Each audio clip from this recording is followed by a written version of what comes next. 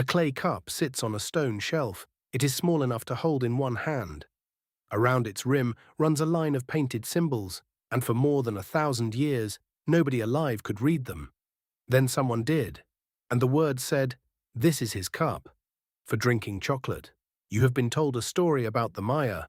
It is a story about blood on temple steps, about priests in feathered headdresses, about a mysterious people who built impossible cities in the jungle and then, for reasons unknown, walked away from all of it. But the truth is stranger than the legend, because the people who drank from that cup were not mysterious to themselves. They kept records, they paid taxes, they argued about property lines. They had a word for the thing you do when you have had too much to drink at a feast.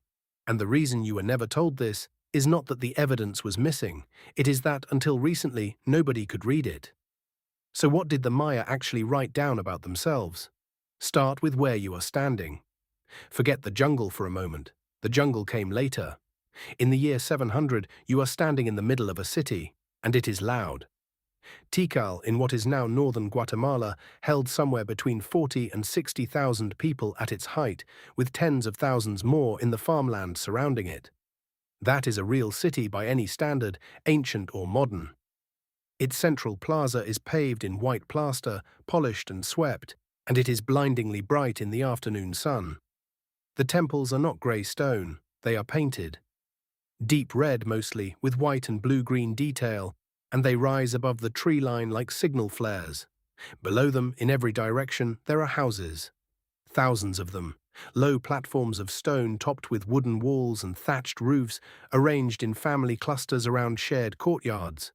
Between the houses there are gardens, fruit trees, kitchen middens, drainage channels. Not a temple complex with a village attached. A city dense and organized, with a monumental core at its center, the way a modern downtown sits inside a sprawl of neighborhoods. Now walk into one of those courtyards. What do you smell? Wood smoke and lime. Every household is grinding maize, and to make maize edible, the Maya soaked it first in water treated with burnt limestone.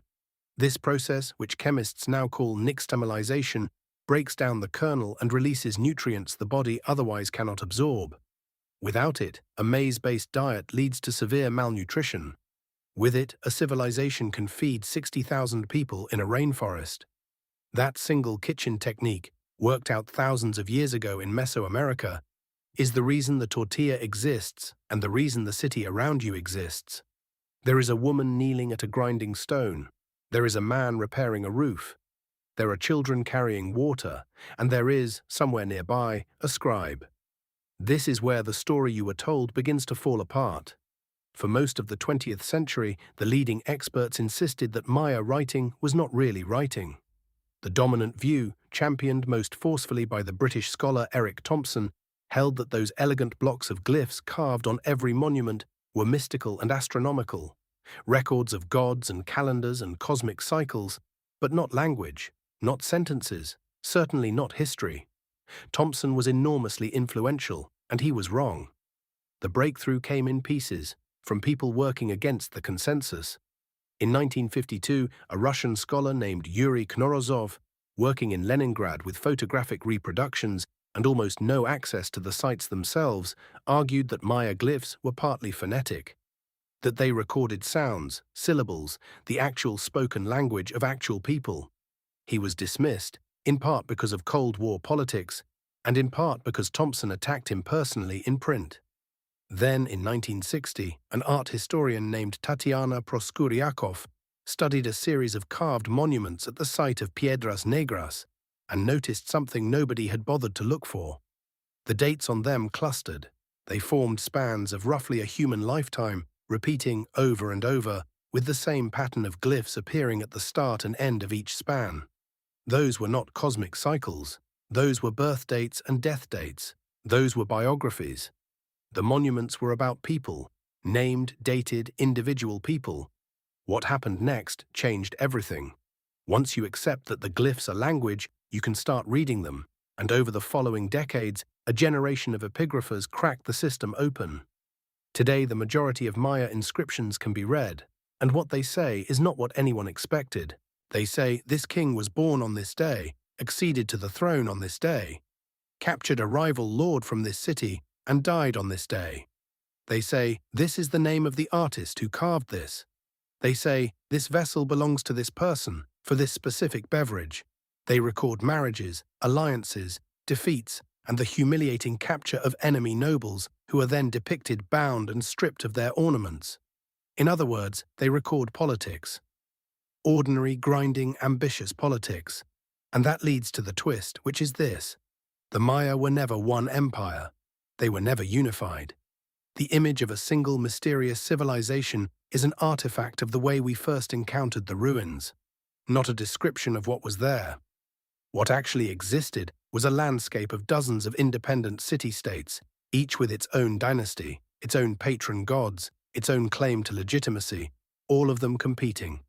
Tikal and Calakmul, roughly 100 kilometers apart, spent much of the 7th century locked in a rivalry that pulled smaller cities into alliance networks on either side. In the year 562, Tikal suffered a devastating defeat that interrupted its monument building for well over a century. Then it came back, under a ruler whose name is usually rendered Jasar Chan Kawil. Tikal defeated Calakmul in 695 and marked the victory in stone and in a carved wooden lintel that still survives. That is not the behavior of a mystical priest culture contemplating the stars. That is the behavior of rival powers doing what rival powers have always done. So what about the collapse? Between roughly 750 and 900, across the southern lowlands, the great cities stopped. Not all at once, and not everywhere. But one by one, over about a century and a half, the dynasties stopped commissioning monuments. The last dated inscriptions appear, and then nothing. Construction halts mid-project. Populations in the core cities drop sharply. The plazas that were swept white every morning are not swept anymore. Why? Here you have to be honest, because scholars genuinely disagree, and anyone who tells you the answer is settled is selling you something. What the evidence supports is that several pressures converged.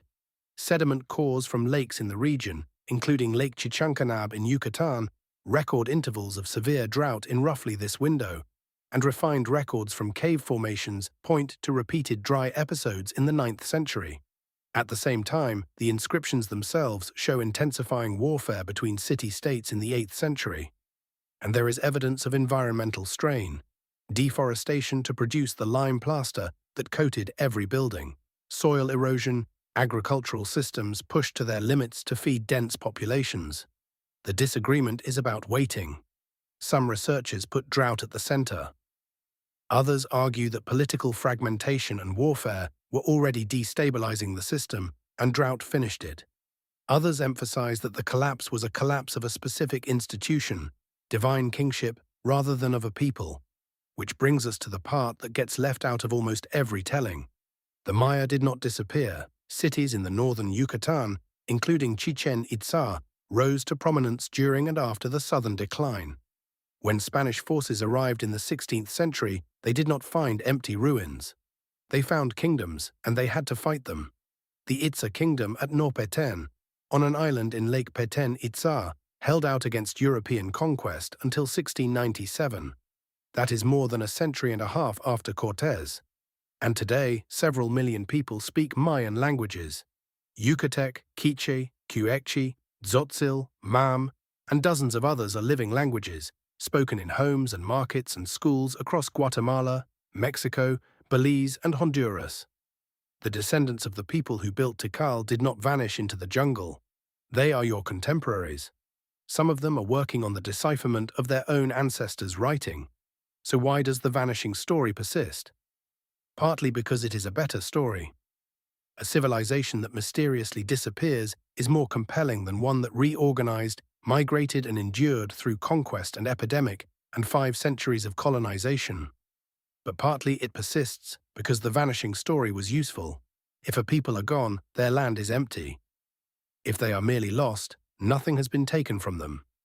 Now think about what was actually destroyed. In 1562, a Spanish friar named Diego de Landa, in the town of Mani, ordered a public burning of Maya books. They were made of bark paper, folded like screens, coated in lime plaster, and painted with the same glyphs carved on the monuments. Landa recorded that the Maya present were distressed to a degree that surprised him. 4 of those books are known to survive today. 4 out of what must have been thousands. And here is the strange, bitter irony. That same friar, in the course of trying to understand and suppress the culture he was dismantling, wrote a description of Maya writing that included a garbled alphabet supplied by a Maya informant. It was misunderstood for centuries, it was mocked as useless, and it was the key that Knorozov used, 400 years later, to prove that the glyphs recorded speech. The man who burned the library also, accidentally, preserved the key to reading it. You live surrounded by things that came from these people. Maize is the most planted crop on Earth, and it is a human invention, bred over thousands of years in Mesoamerica from a wild grass that looks nothing like it. The chocolate in your kitchen comes from a bean that Maya cities traded and taxed and served at feasts. The zero, worked out independently in Mesoamerica centuries before it reached medieval Europe from India by way of the Arab world, sits inside every calculation you make. And the writing, the only fully developed writing system independently invented in the Americas, buried under 150 years of experts insisting it could not be read, is now being read. Which means the Maya are no longer a silent civilization. They are a civilization we can quote. So go back to the cup on the shelf, small enough to hold in one hand, a line of painted symbols around the rim. It is not a mystical object. It is not a relic of a lost people. It is a piece of dishware, made for a specific person, labeled with his name and what he liked to drink out of it, by someone who assumed that anyone who picked it up would simply be able to read it. And for a while, nobody could. Now we can.